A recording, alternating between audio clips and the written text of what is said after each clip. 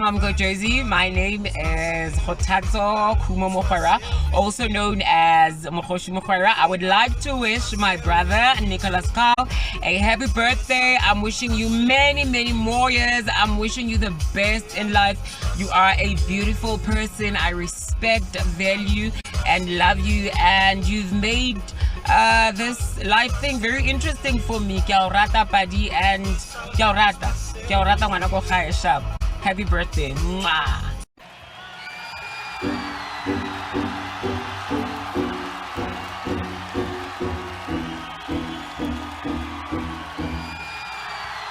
If you are what you say you are, a superstar, then have no fear.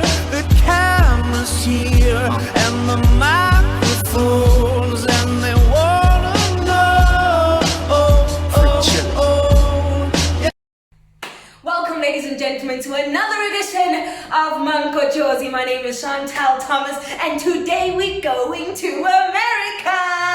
I asked MR.CARL to record himself answering a few questions that I had prepared for him just to get to know him better, what he does, and why he does what he does. He is such a great inspiration, ladies and gentlemen. MR.CARL. What's up, Mamgojozi fans? It is Chantal Thomas here. What's up, Nicholas? How are you doing, man? It's been such a long time. I have not seen you in the hood for a while, but I guess you know the coronavirus is such a bummer. Let us in on America, Nicholas. Let us in on how it's broken up. Let us in on who your American inspirations are and who your South African inspirations are. Let us in, Nicholas. We want to know what you like. Hey. Chantal, how are you? It's good to be in conversation with you, despite the fact that we're on opposite sides of the planet. It's at this point in time, it's still a beautiful thing. My greatest American inspiration. Well, that's a lot, man. It depends on what you mean by America. Do you mean the United States? Do you mean the Americas? Depending on where you are in this hemisphere, if you're in the United States, generally people will call the United States of America, America. But if you're in countries south of there, commonly referred to by us in North America as Latin America or South America, Central America, those areas, the whole Western Hemisphere is considered America. So in that regard, if you want to look at saying my biggest inspiration from the United States of America, I'd have to say Malcolm X. Although a lot of the work he did was obviously being spoken toward foundational Black Americans, people who are descendants of slaves in the United States. His message is very powerful. I think it speaks to the human heart. It wakes you up to your own humanity. He was a brilliant man, and the things he was saying, even though he was directing them to a specific group of people, his people, he's a person who's going to show you, hey man, you are a human being. And for me as a white person, the indoctrination I received growing up, what his messages did to me was understand my own humanity. And, because of the indictment of my people that he brought forward. And I said, whoa, man, he's telling the truth, actually. Wait a minute. I have to rethink my whole ontology. So that's why he's a very beautiful person. But if you're going to say the whole of Americas, I can also say, well, him, Malcolm, El-Hajj Malik al-Shabazz, or also Fidel Castro. And I really like Fidel, Che Guevara, the people who led the Cuban Revolution. There are a lot of people, man. Hey, there's so many people that aren't even written about, like there's a whole, or not even taught, they're written about, but not very much. It's, there was a whole colony, or not a colony, but like an African state called, I think it was called Palmares or something like that in Brazil. People who escaped from slavery formed a whole kingdom. Who did that? People like Bob Marley, he's from the Americas. He's from the Caribbean, but so it depends on what you mean by Americas. So these are all great people. There's so many, but I think Malcolm X really was ontologically speaking in terms of, in other words, under me reassessing my being. Malcolm X was the pivotal key figure in that regard for me. El-Hajj Malik al-Shabazz also is his name. And as far as South African inspirations, I tend to think the main person I think of is not necessarily from South Africa, but it's actually King Moshoeshoe. And, I go to Lesotho a lot, and I have friends there, and I try to study history. And the whole, when you're there and knowing and seeing Thabo Bosiu and seeing Lesotho is its own country, its own culture, it's like the enduring legacy of Moshoeshoe is powerful. It's a powerful legacy, and it's hard to put into words, but he built a nation, and it's a sovereign nation, and it's beautiful, and it's something that is very unique in the world, actually, Lesotho and what Moshoeshoe did. So it's a very beautiful thing. So he's probably my biggest inspiration from there. But if you want to say specifically South Africa, I can say, because it's hard because there's a lot of Basotho in South Africa. I mean, it's from a free state. A lot of people in Lesotho consider that to be part of Lesotho, actually. And, so it's like, what is what? What's South Africa? What's Lesotho? Where does this, it depends on who you talk to, I guess. And it's political. But at the end of the day, if somebody from South Africa proper, I would have to say, I like two people right now, contemporarily, as in Mbuyiseni Ndlozi. And also, I like Mamgojozi. She's pretty cool, man. I like what she does, especially the things she does with, inspiring young people. That's cool, man. Oh, yes, I agree with you. Malcolm X is a favorite, and Mamgojozi is also a favorite of mine as well. She is such an inspiration, I must say, and her hair, I must say, is popping. So please, Nicholas, tell us about your travels to South Africa. What are you here to do? What are your plans? Are you planning to stay at some point? I mean, you've already made a family here in South Africa. Tell us more about that. Yeah. Well, I would say I love traveling to South Africa. I always travel to South Africa because I love traveling to South Africa. Let me take these glasses off. Can't really see. There's a glare there. I don't know if it's going to get on anybody's nerves. It's getting on my nerves though, so I'm taking them off. But yeah, I remember the first time I came to South Africa. I actually went to. My goal is actually my destination. I mean, was to go to Lesotho, and yeah, I flew into Tambo and went to got on a taxi. I went across to the hotel. The guy got me a taxi to Pretoria. Then I got on a maxi, like a quantum taxi going to Lesotho. Yeah, when I left Lesotho, I went toward Cape Town once, and then came back. I was over there for I was in your country, or in the southern Africa, for 5 weeks total. But yeah, it was a lot of cool stuff that I did. But I just remember loving being there, loving South Africa, just thinking it was so cool. This is such a cool country. People are so cool. The cultures are so cool. The way people speak is cool. People are cool. Everything was just man, I was I love it. I love it. And I remember as I left Lesotho, I took another taxi to Joburg. The taxi, as it was coming around, and I could see the CBD of the Joburg CBD, the skyline, and the first thought to my mind was I'm going to live there. So I don't know. I haven't lived there per se yet. I've stayed in Soweto, but with the family, I came back a second time when I was doing my bachelor's degree, and I stayed with family in Soweto, and they're family to me now. It's just family, adopted in, man. It's cool, and everybody there's Maputi, Mewaka, Mangwaniwaka. Everybody. It's a fascinating thing, man. I'm really blessed, but so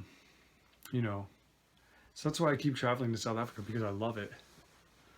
And I don't know why I love South Africa. I just do. So yeah, I hope that answer works. But that's the truth. There's no reason for it. It just is what it is. It's just happening. And so now I continually am trying to find ways to live there, and I really feel like I am going to live there in Joburg.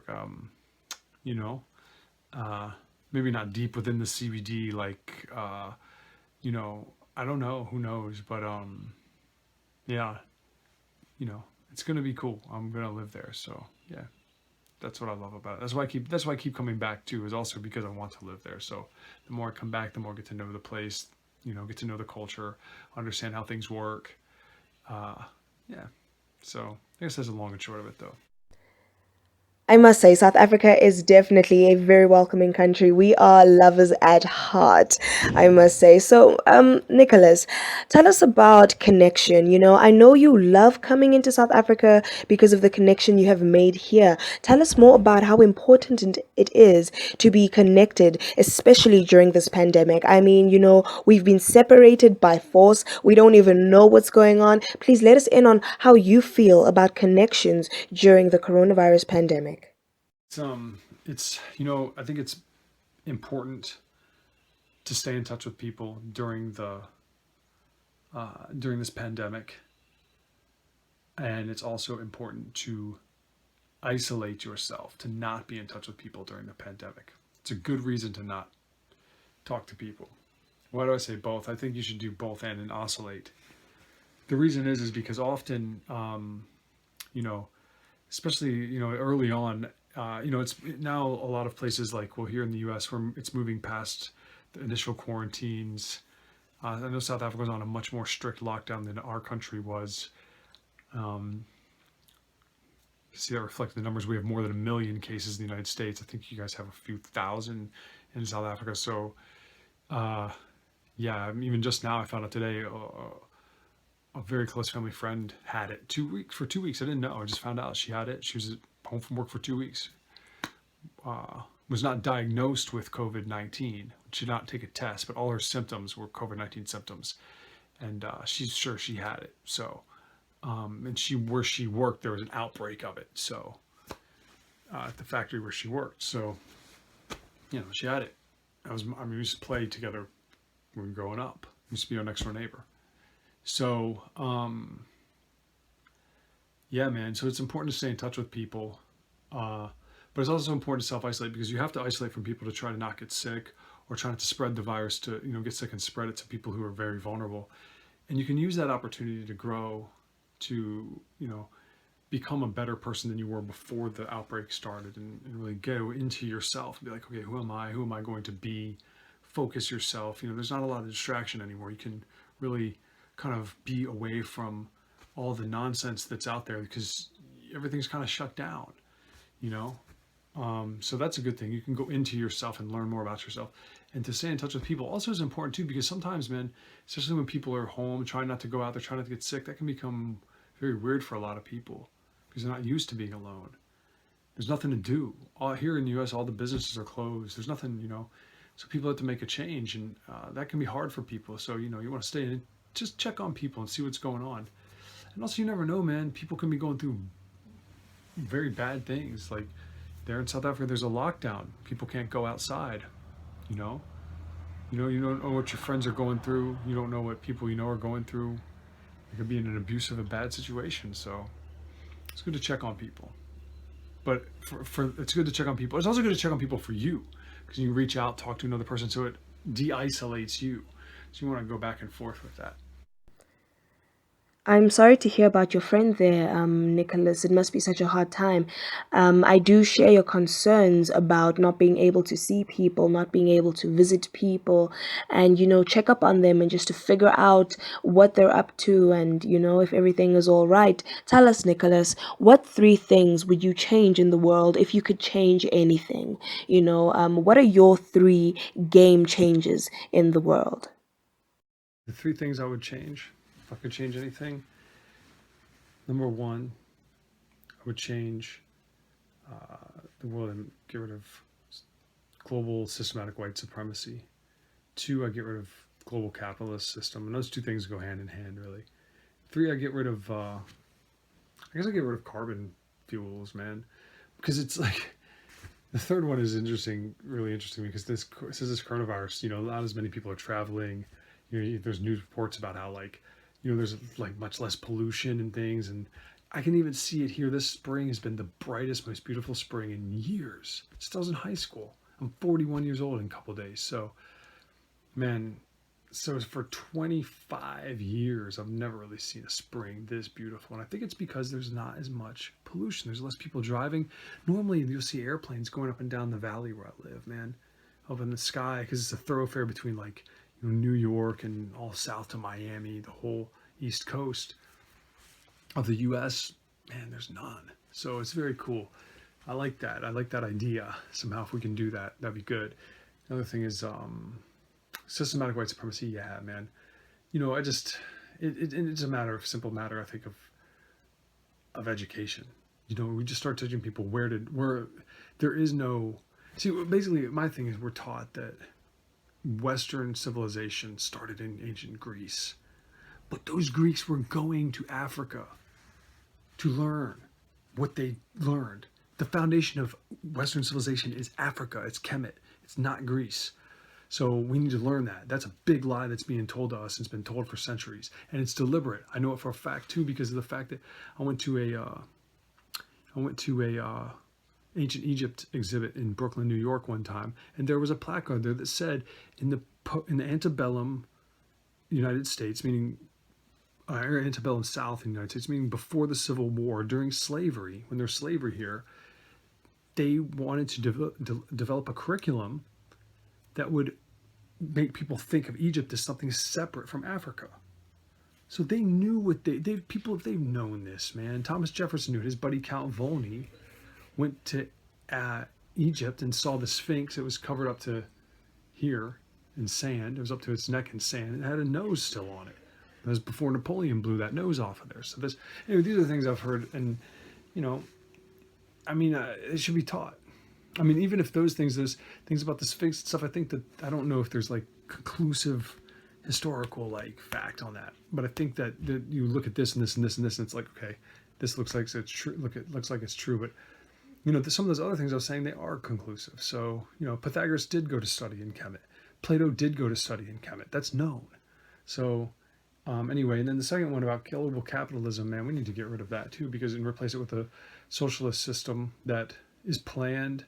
You know, there can be, I don't really have a problem with small little levels of capitalism now. Like if there's small businesses and things like that, small entrepreneurship, I'm cool with that, because, you know, it's like you can't just jump from deep capitalism straight to communism. It can't happen. So, but I think certain things should be planned in the economy. I mean, you see a plan dealing with the COVID-19 outbreak in South Africa, a plan. You guys have a plan there. Here in the US, we don't have a plan. Our president's just like, yeah, we'll leave it up to the states, and each governor does what they want. Our president was calling it a hoax in the middle of March. Think about that. The largest global pandemic since 1918. All right, and the president of the United States was literally telling his supporters and his followers at rallies that it was a hoax perpetuated by the opposition party to discredit him. I mean, that's what you get when you get capitalism can let something like that happen. Now, you guys have capitalism also in South Africa, but you have some socialism also there too, because the thought processes, people are thinking more in revolutionary ways and a little more politically conscious there. You also have, I mean, you have a Marxist, Leninist, Fanonian political party in parliament, with seats in parliament. That's beautiful, you know. So I think that they should, you know, and I'm down with that. You know, I like that EFF, you know. So I think that, you know, keep it popping, keep it moving like that. And anyway, yeah.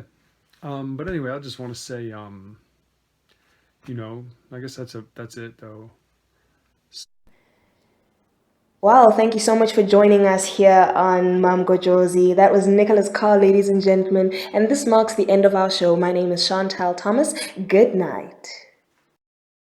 Ladies and gentlemen, thank you so much for tuning into Mamgojozi, a little show about big dreams, entrepreneurs, businessmen, hustlers, and people like you. On our show today, we had MR.CARL, all the way from the United States of America, Virginia, darling. Yeah, goodbye, guys. Thank you, Chantel, for asking me questions and asking me to be a part of this cool project that you're doing. You know, taking the situation of a lockdown, of a pandemic, and using it to sharpen your sword. And it's beautiful. You know, I'm trying to do the same thing. So that's why I feel happy that you asked me to participate in it. So so I'm just going to say goodbye and also say, you know, guys, watch every episode of this hashtag Mamgojozi. Ukay shibela ko YouTube. How about ho shibela utlameo subscribe ya channel ya Chantal Thomas. Okay, famana ko YouTube. It's easy, man. And Chantal's always posting these things on WhatsApp, so go fella, shop.